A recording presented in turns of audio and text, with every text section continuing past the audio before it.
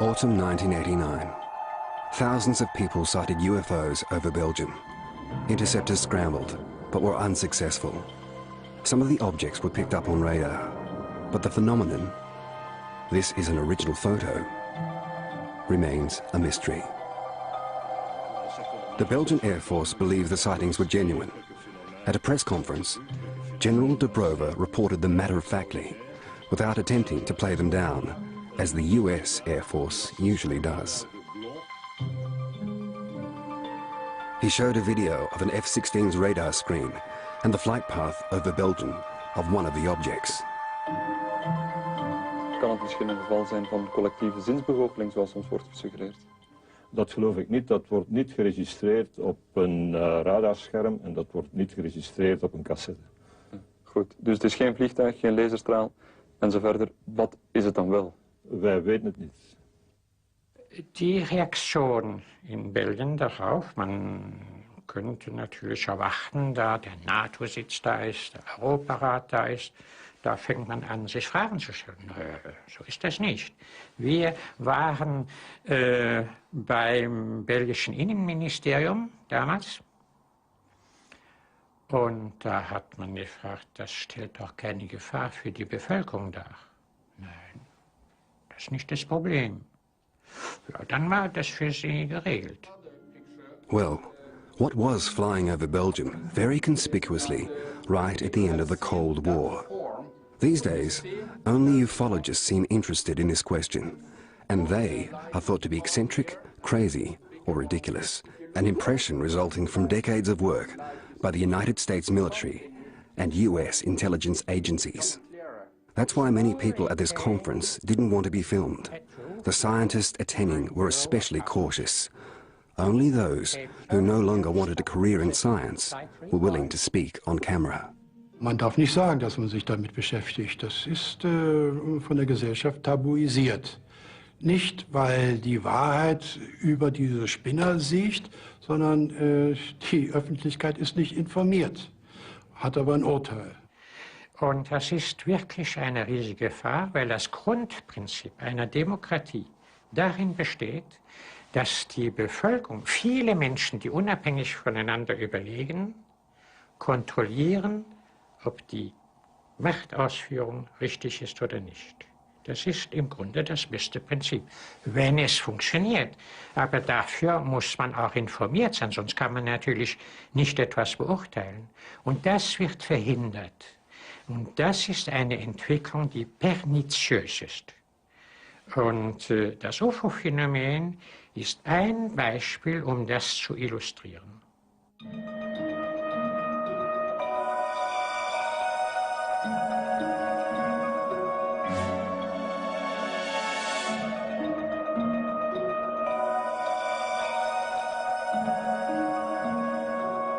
Something that people need to understand is that the UFO phenomenon is not simply some abstract scientific problem. It is a problem of the most important national security interest. In the beginning was the atomic bomb. In the 1940s, only the Americans had it. Keeping the nuclear secret, guaranteed US supremacy.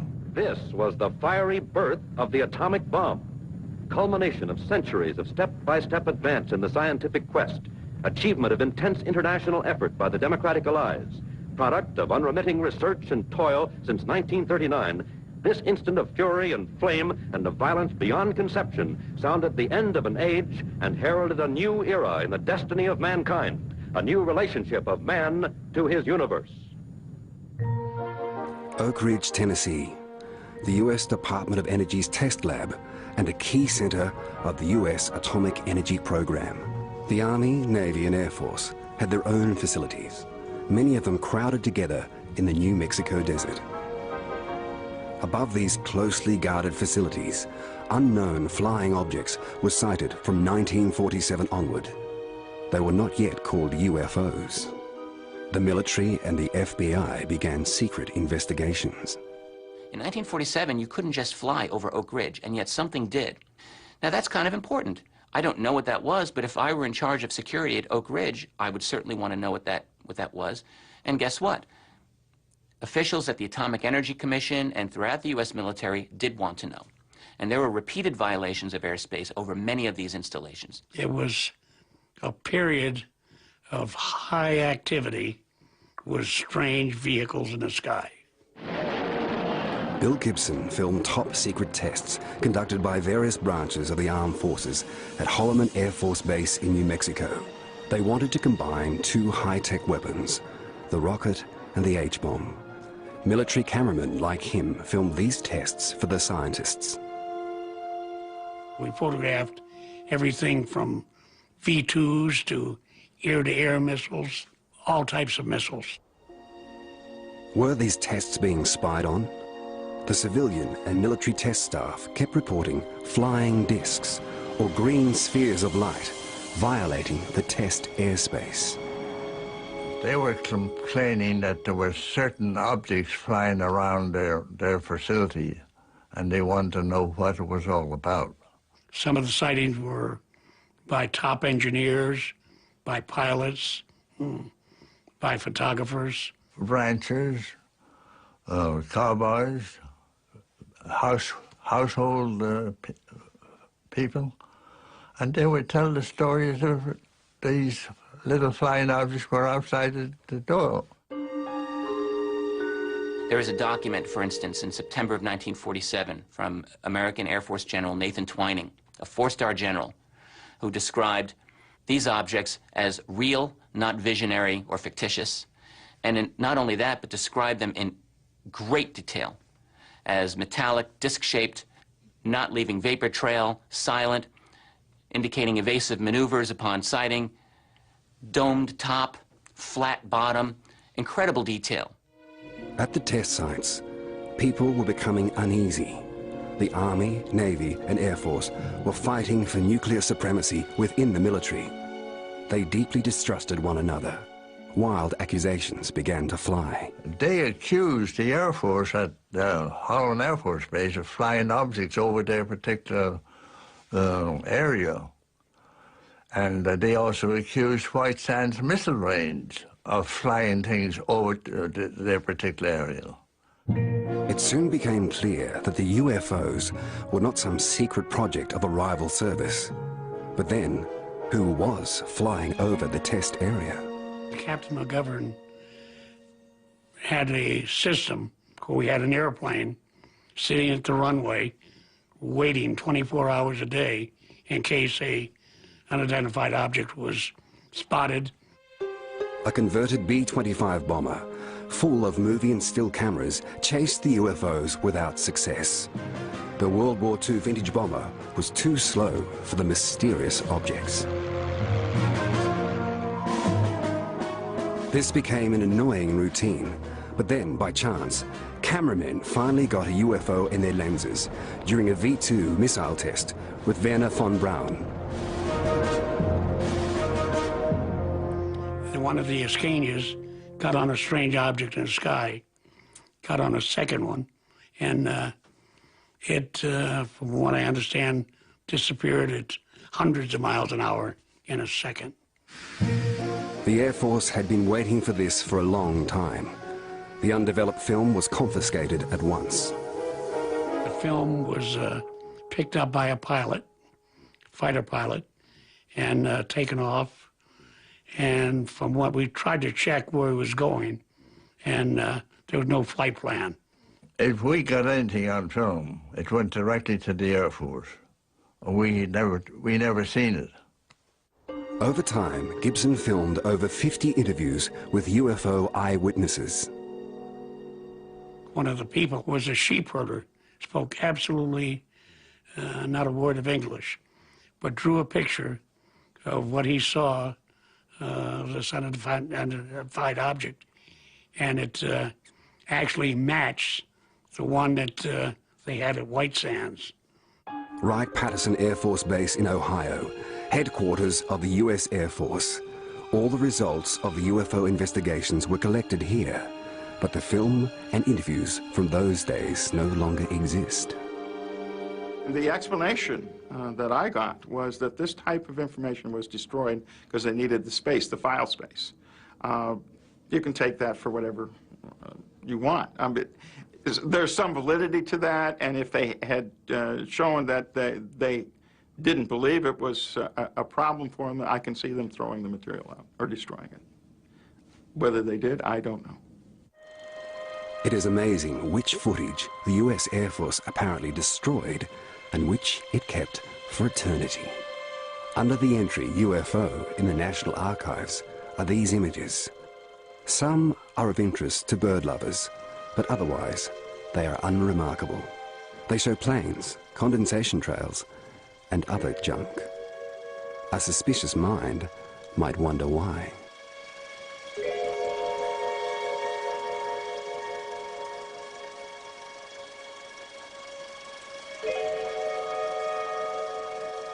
This problem is like a 5,000-piece jigsaw puzzle, of which more than 3,000 pieces have been removed.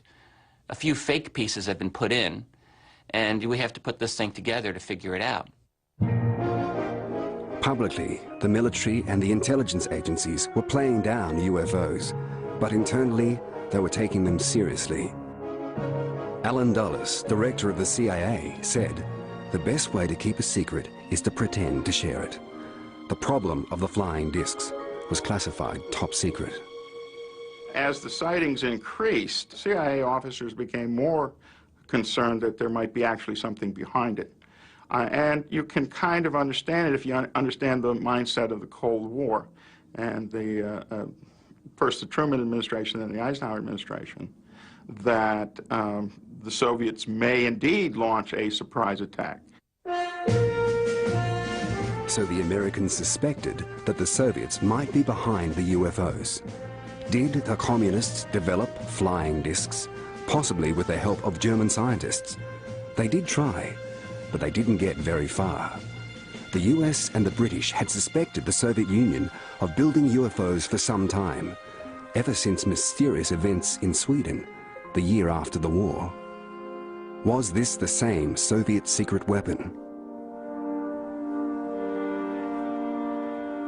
The ghost rockets hit Sweden hard in spring 1946, and they peaked in the middle of summer 1946 and started to attract the attention of the military. And when the military got interested in the ghost rockets, it started to pour in reports of cigar-shaped objects without wings or with very small wings, many of them crashing down into lakes all around Sweden and in Finland and in Norway as well. What were then called ghost rockets are now called UFOs. Many sightings turned out to be meteors. The only alleged photo of one actually shows a meteor.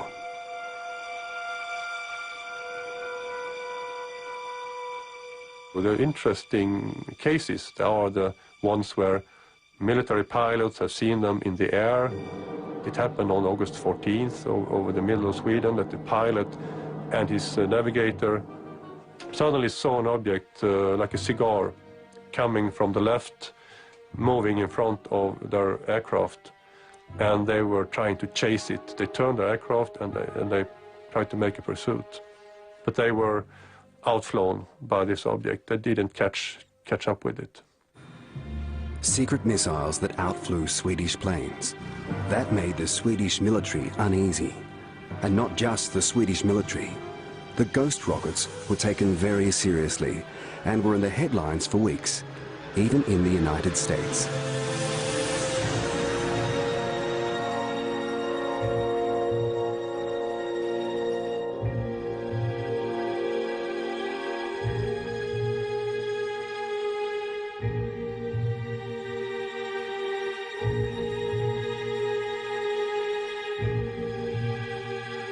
A map that was then secret.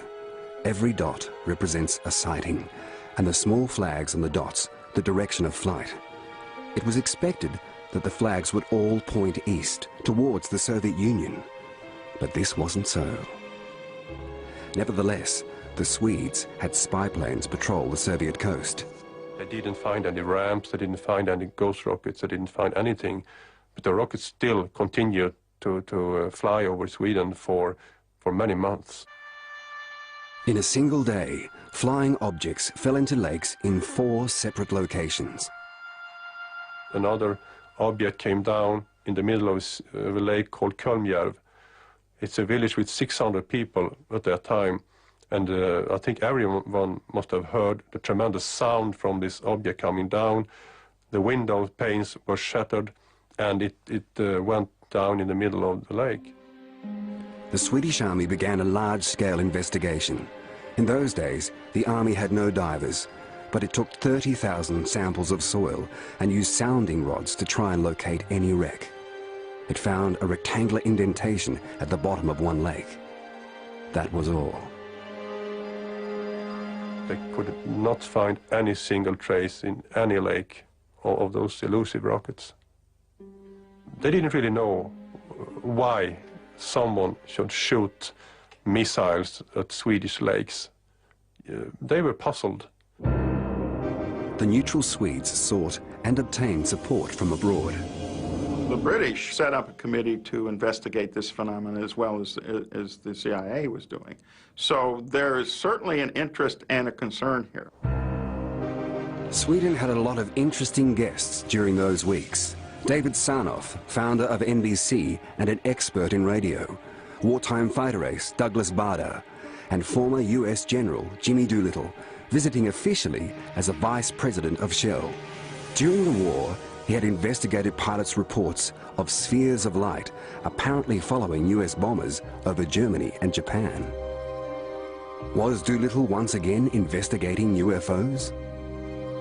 He was involved in intelligence activities. I mean, he did a report for the Eisenhower administration in 1954 on the organization of the CIA and its effectiveness. Every person ahead of a government organization, if they ran into a big problem, they called Jimmy Doolittle. And that was not just on flying, but all types of technical problems. Washington was convinced that the Soviets were behind the ghost rockets, and US newspapers thought it was non-believers in UFOs who were ridiculous. Maybe they have been seen by sober citizens over a vast area of the United States, but Europe won't believe in them until somebody has a photograph by Frank Sinatra, the British ambassador, and 5 Supreme Court justices.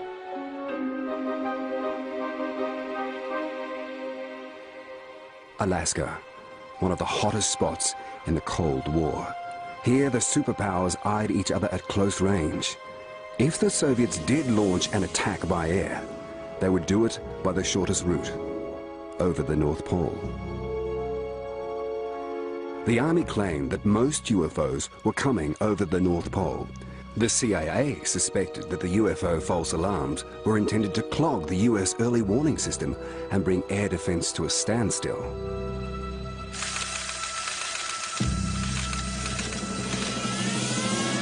It seemed the constant, pointless deployment of UFOs was intended to wear down the US interceptors, to put them off when the real attack came.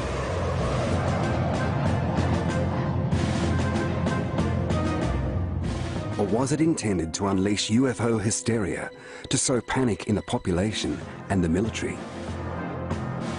Something similar had happened in 1938. Orson Welles' radio version of The War of the Worlds about a fictitious Martian invasion of Earth caused genuine mass panic at Halloween. Wait a minute, something's happening. Humped shape is rising out of the pit. I can make out a small beam of light against a mirror. What's that? There's a jet of flame springing from that mirror, and it leaps right at the advancing men. It strikes them head on. Lord, they're turning into flames. Oh, the whole field's caught up by the woods, the barns, the gas tanks of the automobiles spreading everywhere. It was a lesson in the mass media's power to create an illusion of reality, an episode that shocked the world.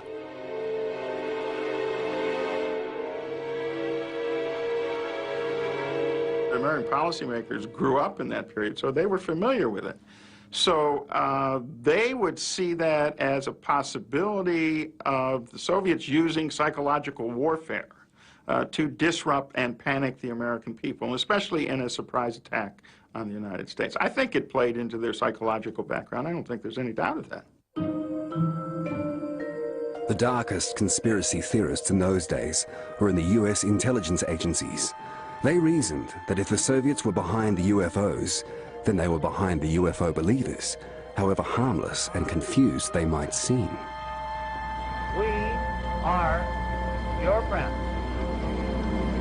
Please contact us. Were the UFO hobby groups now forming really made up of communists? Were the UFOs part of a conspiracy, a particularly sophisticated Soviet attempt to infiltrate the United States and take it over?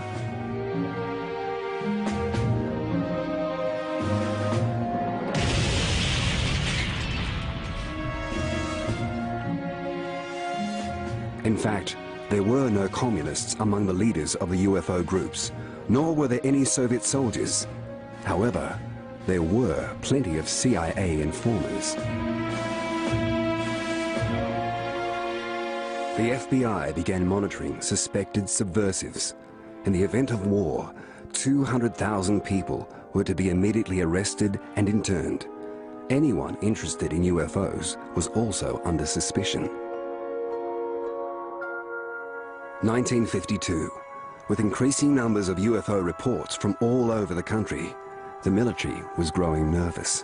If you were to walk into Wright-Patterson Air Force Base in July of 1952, you would have thought an invasion was underway. And then the ultimate close encounter. UFOs were sighted over the White House 2 weekends in a row. Washington National Airport, the 26th of July, 1952. Pilot S.C. Casey Pearman, who had just taken off, asked the air traffic controllers if they could see what he could see. Howard Cochran was in the tower at the time. He is now 85. The object was flat on the bottom, curved on top, with lights around the outside, and smaller than the airplane. The object was also detected on the radar screen. All the air traffic controllers on duty that night observed the UFO circling the airport. It went around and around several times. It stopped out here and went up and then back down several times. And then it went up and disappeared out to the west. The Air Force also observed UFOs on several occasions at different radar stations on 2 weekends. Jets were scrambled from Andrews Air Force Base in Maryland, without result. A jet would chase a UFO, but failed to get within firing range. Was Washington in danger? This was a very serious thing.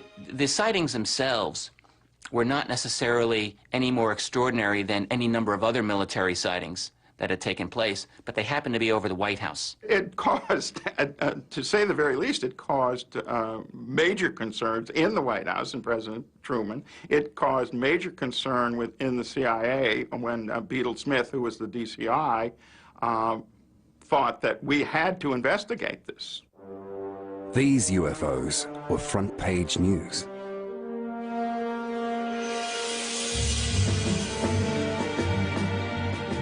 It even leaked out that the Air Force was trying unsuccessfully to shoot the UFOs down. Washington had to respond or run the risk of mass hysteria. The Air Force organized the largest press conference held in the United States since the end of the war. The official explanation was what caused these sightings was a weather phenomena known as temperature inversion, in which a layer of cool air was between layers of warm air and reflected radar in a way that confused the radar personnel. I explained that what we had seen was not, couldn't have been temperature inversion because it went from one position to another very quickly. We tracked the object on the radar, and we calculated that the speed was around 1,000 miles an hour. The problem was that the radar personnel were very familiar with what temperature inversion was. And all of them said, no, this was not temperature inversion. These were hard, solid targets. But they, of course, were not invited to speak at the press conference. The Air Force Director of Intelligence, Major General John A. Samford, was asked to conduct the press conference. He did well and was later made Director of the then-secret National Security Agency. We have received and analyzed between 1,000 and 2,000 reports that have come to us from all kinds of sources. Of this great mass of reports, we have been able adequately to explain the great bulk of them, explain them to our own satisfaction. We've been able to explain them as hoaxes, as erroneously identified friendly aircraft, as meteorological or electronic phenomena, or as light aberrations. The headlines were reassuring. No menace. The CIA set up the Robertson Panel, a committee of scientists. Its report redefined the problem. What had to be taken seriously was no longer the problem of UFO sightings, but the problem of public panic. The Robertson Panel met for a total of 12 hours. And in fact, we now know that the report's conclusions were not even written by one of the official members of the Robertson Panel. They were written by a man named Frederick Durant, who was CIA. And they were written before the panel concluded its investigation. The conclusions were written before they finished. Internally, however, the argument still raged. In October 1952, senior military personnel even claimed that the UFOs were interplanetary ships. Strong stuff. So why were the media generally so compliant in accepting the Pentagon's official version? It is undeniably true that the major media outlets within the United States have had a close working relationship with major U.S. intelligence organizations. This is a fact, in particular with the CIA. We know this has happened.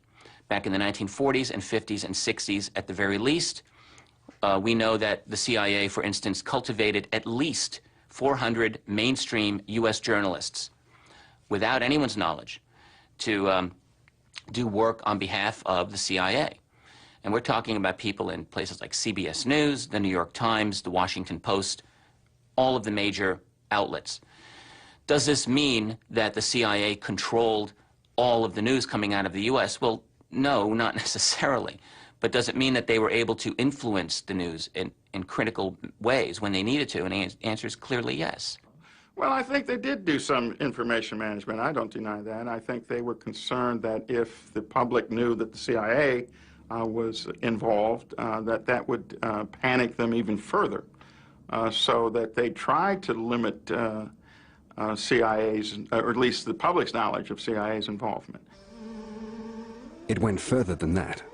UFOs, or flying saucers, as they were now called, were given a makeover. No longer the Red Terror, they were now ridiculous, a subject for the tabloids and the illiterate. Kid stuff. But the sightings did not stop. October 4th, 1955, there was another very interesting sighting by a United States senator traveling through the Soviet Union. And this senator was Richard Russell. I am certain that I can carry every one of the southern and border states against General Eisenhower, and he has considerable strength in that area against almost any other Democratic candidate. Russell was one of the most powerful men in Washington. He was chairman of the Senate Armed Services Committee and had run for the Democratic nomination to challenge Eisenhower for the presidency. In 1955, Russell and two aides were traveling by train on a diplomatic mission in the Soviet Union. Unable to sleep, Russell looked out of the window. Russell saw an object rise, apparently stop, and then take off. It looked like a flying saucer. It looked round. He was able to differentiate the various layers of this object. He called his two aides over after the object had gone, and sure enough, a second object they all saw rise and take off in similar manner to the first. 2 years later, news of the incident trickled through to the press. Questioned by journalists, Russell said he'd been asked to keep it quiet. Only in the mid-1980s did UFO researchers obtain a court clearance releasing Russell's CIA files. He is convinced he has seen UFOs. This sets off alarm bells in the agency, as you can imagine. They went out and extensively interviewed Senator Russell to determine just what he had seen.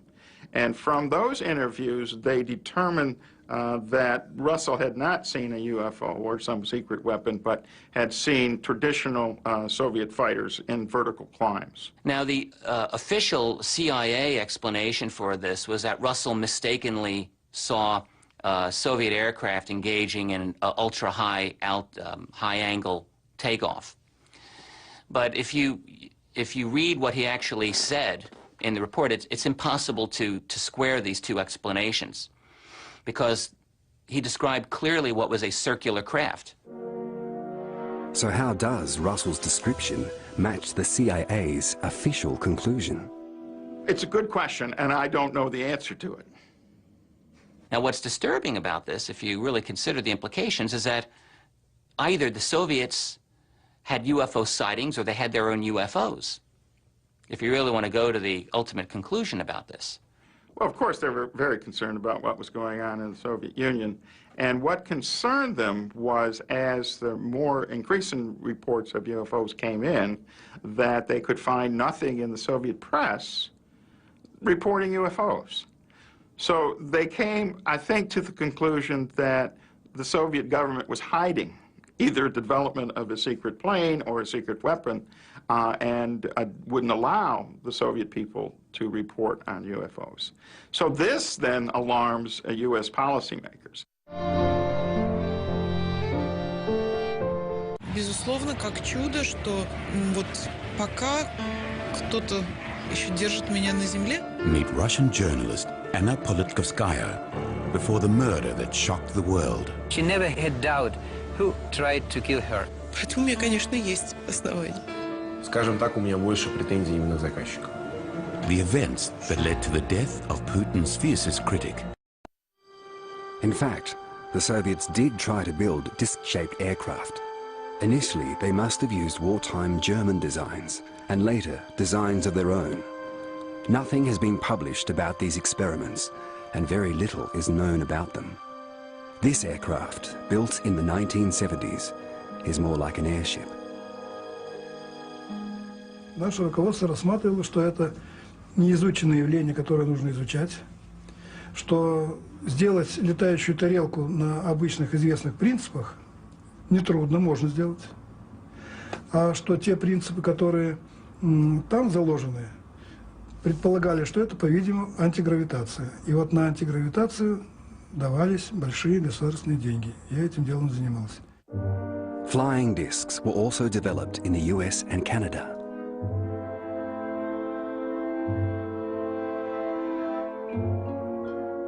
In the United States, there were, around 1955 and 56, some media reports that came out, that leaked, regarding research into anti-gravity, into breakthroughs that were supposed to be imminent any time, and various experiments with disc-shaped airframes. In Canada, the government and then the US Air Force funded Avro to build the Avro car. Shaped like a flying saucer, the Avro car was a complete flop. It would never rise more than 2 meters above the ground. It was actually a badly designed, unstable hovercraft. After a few test flights, both its prototypes ended up in museums.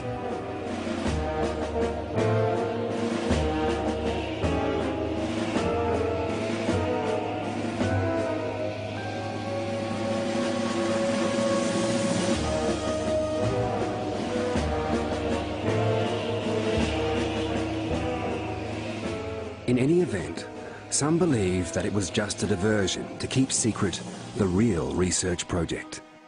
Silverbug. Silverbug was planned capable of many times the speed of sound. Silverbug never flew. But some puzzling UFO sightings did have entirely tangible causes. To me, an interesting part of the entire UFO story is what occurs in 1954, 55, and then into the 60s, when you have a major increase in UFO sightings. And this comes from not just ordinary people, but airline pilots and controllers and so forth that are reporting seeing UFOs at 60, 65, 70,000 feet. These years saw the first flight tests of the U-2, a CIA spy plane that could fly many kilometers higher than any other aircraft of the time. It was top secret and was meant to stay that way. The agency and the Air Force put together what they called Blue Book teams. And they went out and they would interview airline pilots or controllers in an attempt to explain to those folks that they hadn't really seen a UFO, but it was a natural phenomenon. For example, if you had been a United pilot flying between San Francisco and LA, and you'd reported a UFO at 60,000 feet, and we would go out and explain that what you really saw at that time of day was the sun reflecting off ice crystals, which made an image of movement across the sky, but it really wasn't an object, when in fact it was the U-2 aircraft, which was silver. That's an absurd statement. Absolutely absurd. We're talking thousands of sightings. You're going to tell me that the U-2 aircraft can stop, maneuver, and look like a flying saucer to all of these people? It's absurd. The U-2 aircraft flies at 80,000 feet and goes as straight as a string.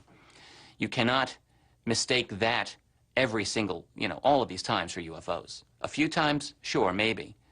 But in the quantity that Haynes was implying, this is ridiculous. To the Soviets, however, the U-2 really was a UFO, an unidentified flying object. Soviet airspace was crowded with various types of US planes, balloons, and the U-2, plus sightings of flying saucers and balls of light. Soviet radar did detect the U-2, but the military would not accept its existence. The first fighter pilot who did a ballistic vertical climb and reported a U-2 UFO was not given a medal, but got into trouble, like everyone else who saw UFOs. Anyone who wanted to remain a pilot was better off citing nothing. Приехал генерал-полковник в то время Евгений Савицкий, отец нынешней нашей депутата Государственной Думы. Приехал, побеседовал с ним и сделал такой окончательный и не подлежащий обсуждению вывод. А у него немножко так с приветом. Человек захотел отличиться, захотел получить награду. Ничего этого быть не может. The Americans also sent spy balloons over the Soviet Union that were thought to be UFOs. But the Soviet Union's first UFO investigation was triggered by one of its own missile tests, a test so secret that not even the Commission of Inquiry was told the truth. It was maddening. Думаю, что боялись допускать это. Я думаю, а потому что я еще раз вам говорю, вот в этом заключается причудливость, что если это допустить, то тогда надо следующее, сказав букву А, надо делать Б и так далее, весь алфавит проходить. На этом останавливались. Ну, не знаем, завтра узнаем. UFOs and the U-2. The problem was like navigating in a hall of mirrors.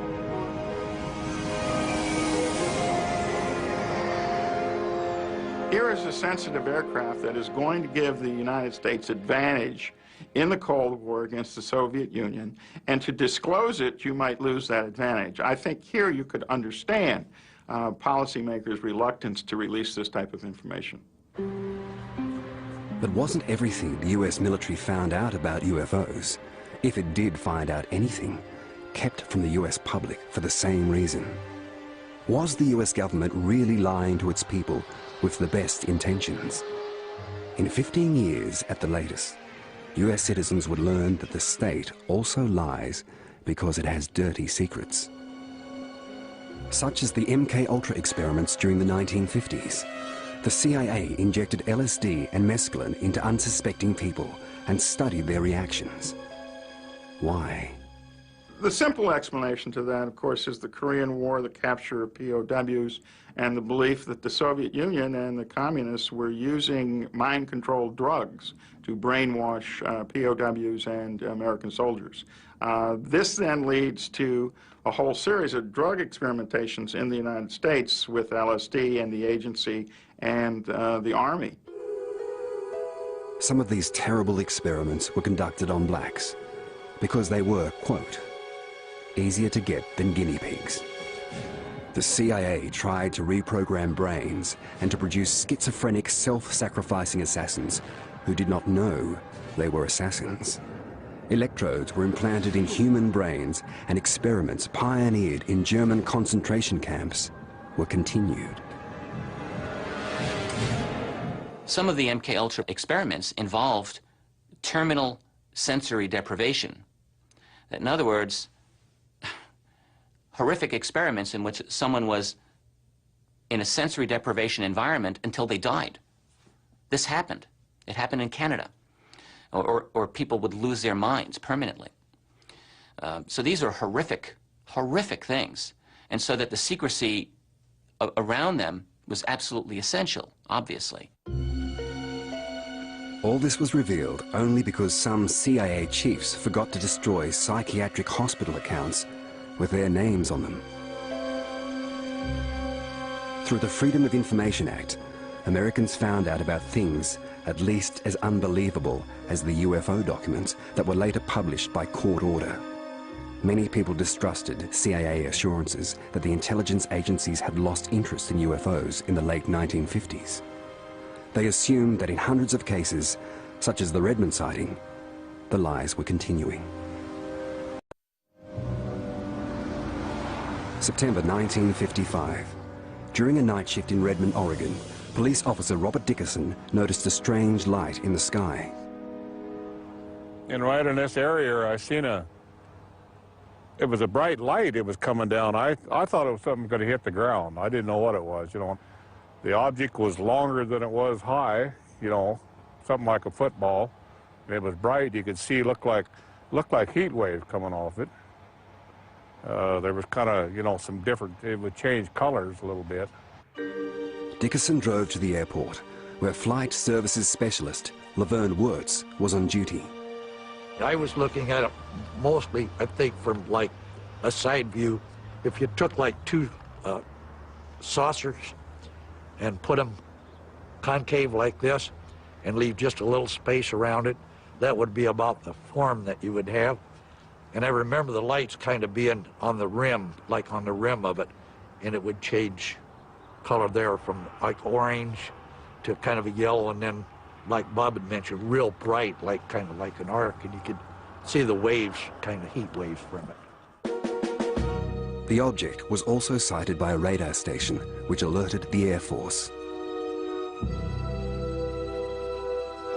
Within a few minutes, several jet fighters were dispatched, 6 in total. Radar led the fighters to the target.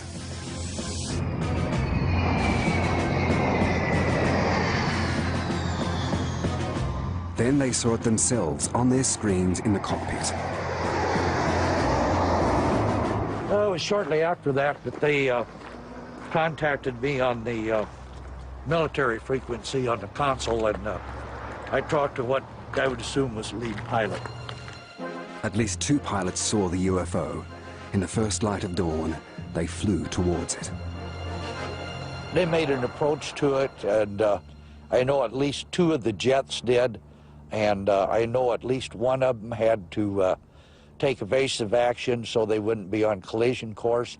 And I remember another one stating that we call it vortex. It's the displacement of the air by something that made him almost lose control, and he had to take corrective action in his jet to recover. The UFO ascended at great speed, but remained visible on the radar screens for a while longer. Then it left the range of the air traffic controllers at a height of over 15,000 meters.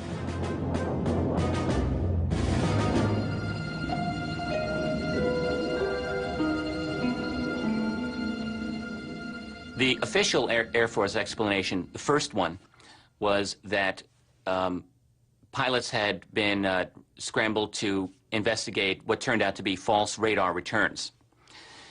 And that's all. Now, this was a problem because reports had immediately come out locally of the airport officials in checking for radiation. So the question arises, well, why would they be checking for radiation at the scene when it was supposedly false radar returns? The next explanation was that Wirtz and Dickerson had seen a weather balloon. They come up with, first of all, it was a weather balloon, and I'm sure everybody here is familiar with weather balloons. You know, they go up with helium, and they go with the wind. You know, they don't ascend, descend, they don't move sideways. Furious, an unknown superior of Laverne Wirtz at the Federal Aviation Authority sent all the records of the incident to a UFO group. Faced with that explanation, the Air Force reprimanded the FAA for supposedly issuing false information, and then said, well, no, actually what they all saw was simply the planet Venus. The Air Force was kind of trying to downplay this and make us look just a little bit stupid, that we were incompetent and really didn't know what we were doing. The case made headlines only in the regional press. UFOs were no longer a topic for serious journalists. In Washington, the security apparatus kept on working systematically to remove UFOs from the spotlight. It was now a matter of officially ending all official investigation activity. This is why the government-funded Condon Report on UFOs was commissioned in the 1960s. Das Forschungsziel war, zu sagen, dass das meiste sich aufklären ließe, ja vielleicht auch sogar alles. Und Condon ist ja so weit gegangen, zu sagen, dass es für die Wissenschaft überhaupt nichts bringt und das sollte man aufgeben. According to the media, science too had now relegated UFOs to the lunatic fringe. Das ist ja so ein dicker Wälzer von 1000 Seiten und man kann viel Interessantes daraus entnehmen und auch, dass es unidentifizierbare Flugobjekte gibt. Aber im Vorwort steht das Gegenteil. Also das ist also ein Treppenwitz in der Wissenschaft. Mission accomplished. As far as the serious public is concerned, the subject of UFOs has been dead since the 1960s. There is no consensus on whether the military and secret services are still investigating them. They are now the private interest of a few stalwarts like Klaas Svahn, who collects reports and, together with like-minded people, has built up an archive in Sweden. His sound work has earned him a good reputation in Scandinavia, even with the Swedish military.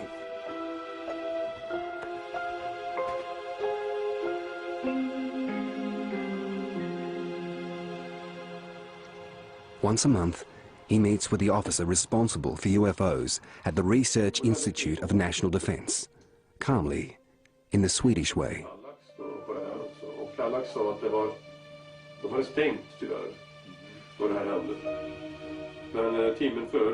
I think Mr. Swan has quite the same view as I, a rather scientific view on this thing, that probably 99% of all sightings could be explained scientifically. And there is a small proportion which are really a mystery. There is probably a simple explanation for this previously unreleased Swedish video. So far, however, it has puzzled every expert consulted since 1997.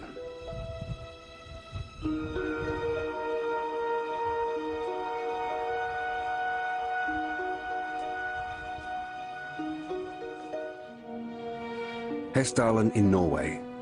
There have been so many UFO sightings here that private researchers have set up an automatic station.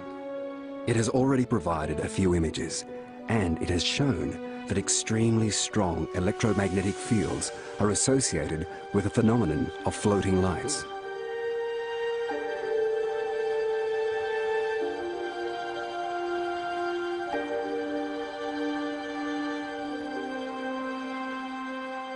Officially, the intelligence agencies and the military have had no interest in UFOs for decades. But is that really true? In the 1990s, stubborn ufologists forced the publication of a bizarre report of the air battle of an Iranian jet with a UFO over Tehran in 1976. Through an oversight, the distribution list of the report was also published. It included Henry Kissinger, the CIA, NSA, the Air Force Chief of Staff, and the White House. There have been 3,400 UFO sightings by civilian and military pilots alone.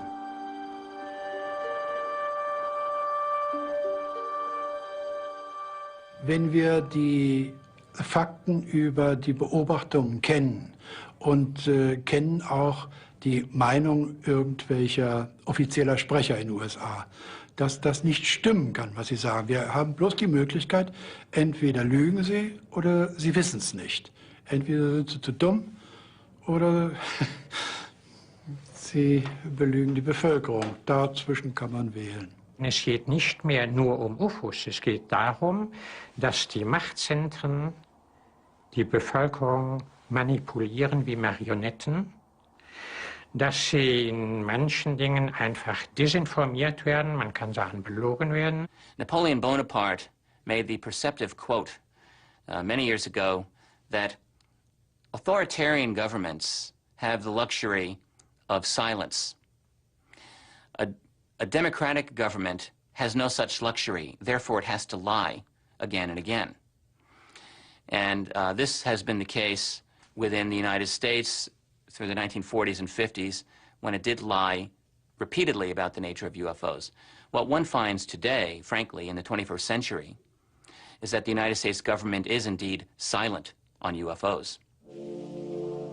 In the United States, some scientists think UFOs are an interesting research subject, but no one expects government assistance in the search for the truth.